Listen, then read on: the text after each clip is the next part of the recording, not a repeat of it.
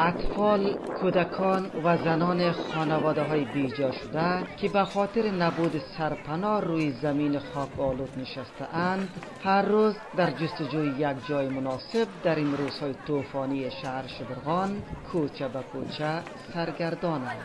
هرچند مقامات محلی جوزجان برای این بیجا شده ها اتاقهای مکاتب را برای زندگی بهتر زیستن این بیجا شده ها در نظر گرفتند، ولی مردان این خانواده ها میگویند که بود و باش 100 خانواده در یک مکان نامناسب مشکل است.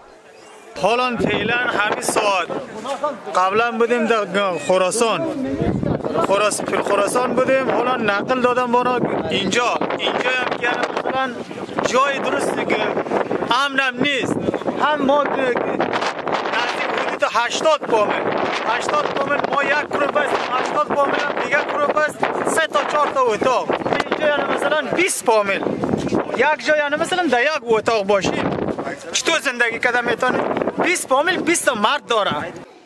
یک تعداد از این خانواده ها که از سوی یک کمیسیون موظف در حالی در سر مکتب جلال آباد شهر شبرغان جابجا می گردند که به گفته مسئولان برای این تعداد خانواده های بیجا شده 25 باب خیمه نیز توزیع می گردد. بالاتر از 80 فامیل از اونجا آوردیم و برای از تماما مسائل خیمه استانداردی که مربوط به سازمان یونیسف میشه بالاتر از 25 خیمه هست و برای از صنف‌های درسی اینجا در نظر شما و همچنین از طریق دفاتر موضوعات آب، موضوعات مسئله صحی، مسئله مشکلات مبرز، مسئله موضوعات غیر غذایی از اینا در نظر گرفته شده است.